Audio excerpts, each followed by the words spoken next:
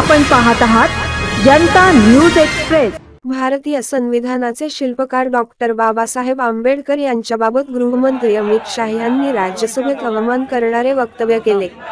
तसेच परभणीत पोलिसांच्या दडपशाहीत सोमनाथ सूर्यवंशी या भीमसैनिकाचा कस्टडीत मृत्यू झाला।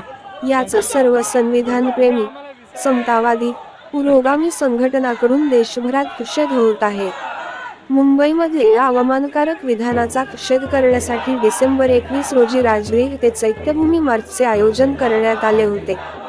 यामध्ये प्रागतिक रिपब्लिकन आघाडी, मार्क्सवादी कम्युनिस्ट पक्ष, भारतीय कम्युनिस्ट पक्ष, शेतकरी कामगार पक्ष, दलित पॅथर सुवर्ण महोत्सव समन्वय समिती, लाल निशाण, भारताचा कम्युनिस्ट पक्ष, ऑल इंडिया फॉरवर्ड ब्लॉक, संविधान संवर्धन समिती, लोकांचे दोस्त, आंबेडकरी स्त्री संघटना, राष्ट्रीय धर्मनिरपेक्षता आंदोलन, वाघिणी, अंधश्रद्धा निर्मूलन समिती तसेच विविध आंबेडकरी, पुरोगामी, समतावादी, युवा, विद्यार्थी, महिला आणि आंबेडकरी, समतावादी लेखक, कलावंत, सांस्कृतिक कर्मी यांचा सहभाग होता।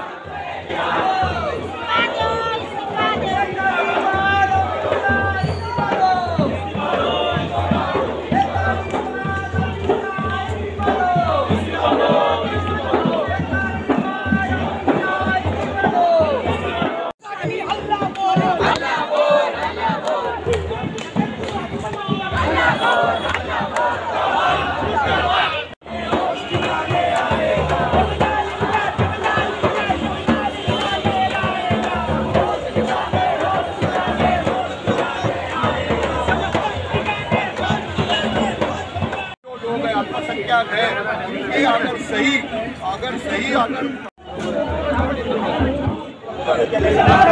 देशामध्ये आंदोलन सुरू आहे, काय केंद्रीय गृहमंत्री अमित शाह यांनी डॉक्टर बाबासाहेब आंबेडकरांच्या संदर्भामध्ये जी काही विधानं केलेली आहेत ती अवघ्या देशाने ऐकलेली आहेत। सगळ्या प्रागतिक परिवर्तनवादी सगळ्या संस्था, संघटना, चळवळींच्या आणि सगळ्या जनसामान्यांचं खरं तर हे मत आहे की आम्ही त्यांचा निषेध करतो, तीव्र निषेध करतो आणि त्यांनी माफी मागितली पाहिजे। डॉक्टर बाबासाहेब आंबेडकरांचा अपमान झाला फक्त त्या एका व्यक्तीचा झाला असं मी मानत नाही।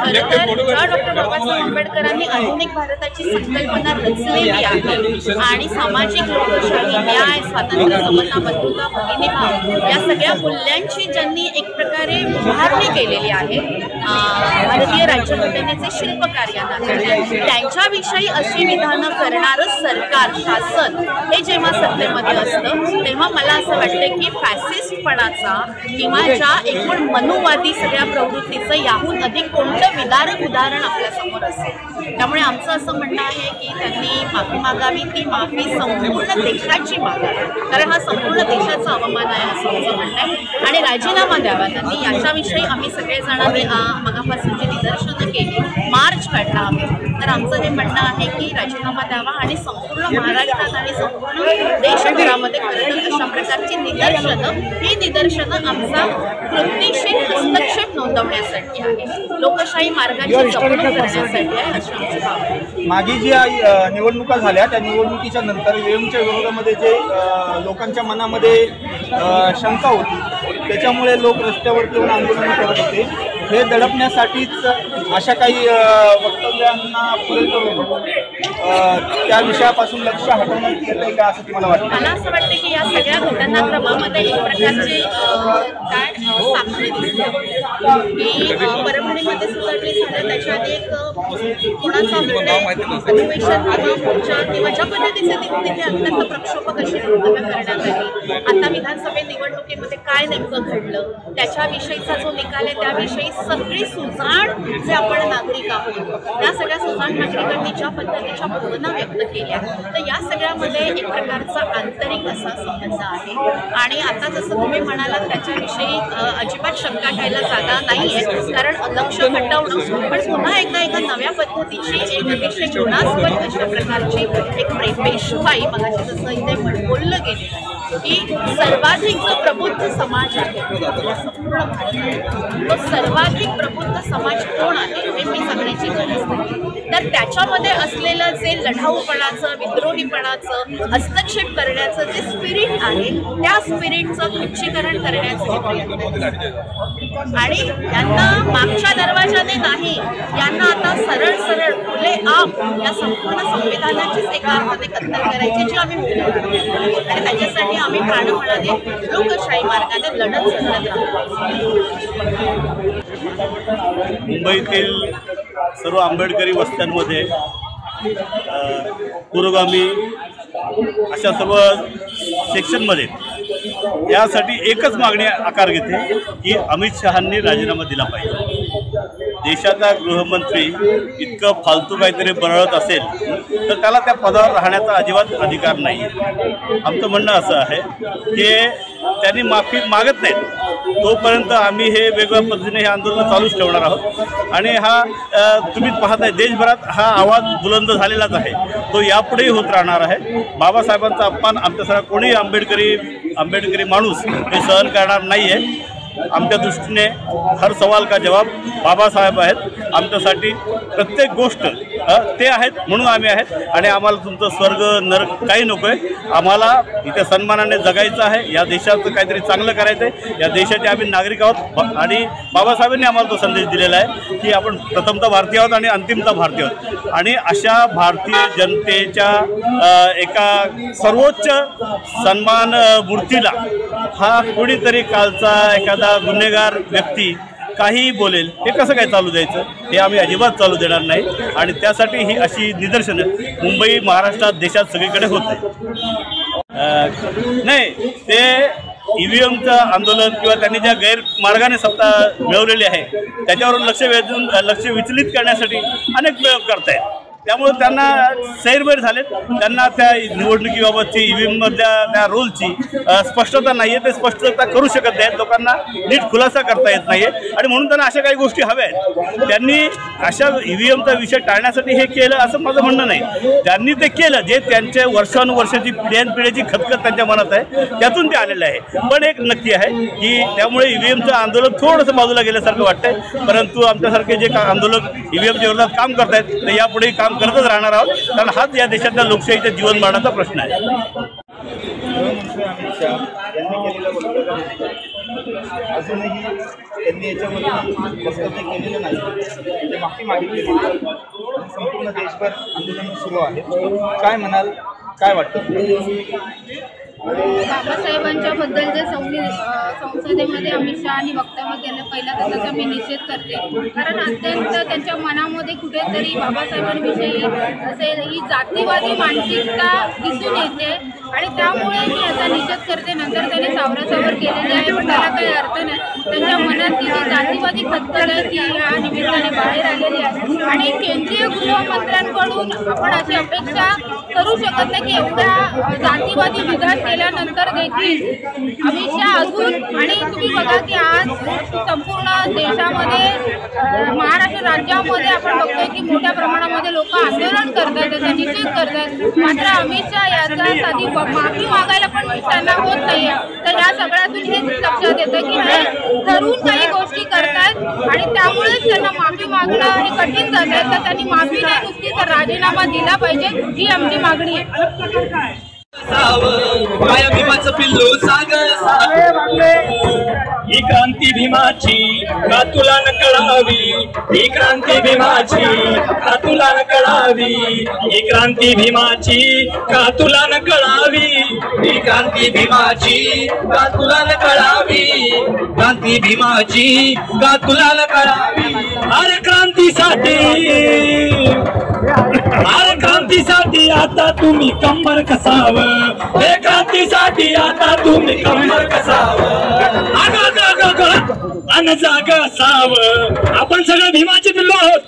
अमित शहा आणि नरेंद्र मोदी यांनी बाबासाहेबांचा कितीही अपमान केला तरी तो अपमान आपण हाडून पाडू, कारण आपण सगळे बाबासाहेबांचे वारसदार आहोत, बाबासाहेबांच्या विचारांचे वारसदार आहोत. आणि म्हणून अहमदादा म्हणतात अरे जागा असावं, माया भीमाचं पिल्लू जागा असावं, जागा असावं, हे भीमाचं पिल्लू जागा असावं, जागा असावं, हे भीमाचं पिल्लू जागा असावं. पुढारताना, अरे पुढारताना, अरे पुढार नात्यानं कुणाच्या माग नसावं, पुढारता नात्यानं कुणाच्या माग नसावं, पुढारता नात्यानं कुणाच्या माग नसावं, साग सावं वय भीमाचं पिल्लू साग सावं, साग सावं वय भीमाचं पिल्लू साग सावं, साग सावं वय भीमाचं पिल्लू साग सावं. ही जे अत्याचार तुमच्या आमच्या सगळ्यांवर होत आहेत, वैचारिक भूमिकेवर अत्याचार होतोय, इथल्या दलित बहुजन ओबीसी मुस्लिम समाजावर अत्याचार होतोय, तर तो अत्याचाराला हाणून पाडायचा आणि म्हणून शाहीर म्हणतात, अरे अत्याचार रोखायला जातीवाद पळवा, अरे अत्याचार रोखा चला जातीवाद पळवा. अत्याचार रोखून जातीवाद पळवायचा आहे, हा सांगावा कोणाचा आहे? अरे अत्याचार रोखा चला जातीवाद पळवा, आणि सांगावा भीमाचा, आणि सांगावा भीमाचा, गावोगावी गावोगावी पळवा, आणि सांगावा भीमाचा, गावोगावी गावोगावी कळवा, सांगावा भीमाचा, गावोगावी गावोगावी पळवा. अरे देवाधिकाचं रहित फुटलं या पेव, देवाधिकाचं रहित फुटलं या पेव, साधू संन्याशांना आता चढला या चेव, साधू संन्याशांना आता चढला या चेव, नव्या युगातील बघा 5 स्टार देव, नव्या युगातील बघा 5 स्टार देव, पैशाची वासनेची बडीची ठेव, पैशाची वासनेची बडीची ठेव. अरे मठ देव बाबा बुवा अंधरुडी पळवा, ही मठ ही बाबा बुवा संसदेला आणि मठ बनवून ठेवला या मोदीनं आणि अमित शहानं. अरे ही मोदी शाह पळवायची आपल्याला, अरे मोदी शाह बीजेपीला पळवून लावा, आणि सांगावा कुणाचा आहे? आणि सांगावा भीमाचा, गावोगावी गावोगावी पळवा, सांगावा भीमाचा, गावोगावी गावोगावी पळवा, आणि सांगावा भीमाचा, गावोगावी गावोगावी पळवा, आणि गावाचा कोंडवाडा तुटलाच नाही, गावाचा कोंडवाडा तुटलाच नाही, ढोरवानी जगणे आले जातीच्या या पायी, ढोरवानी जगणे आले जातीच्या या पायी, गावामध्ये एक गाव गावातच नाही, गावामध्ये एक गाव गावातच नाही, आणि पशुसाठी पशुदया आम्हासाठी नाही, पशुसाठी पशुदया आम्हासाठी नाही. जातीचे हे जहरी साप, ही सगळी जातीची जहरी साप आहेत. अमित शहा मोदी शहा जातीचा जहरी साप आहे. बाबासाहेबांच्या नावाने तुमच्याकडे येतो, मतदान घेतो, संसदेत जातो आणि बाबासाहेबांचा अपमान करतो. अरे अमित शहा आणि मोदी, बाबासाहेब फॅशन नाही, बाबासाहेब फॅशन आहे आमच्यासाठी.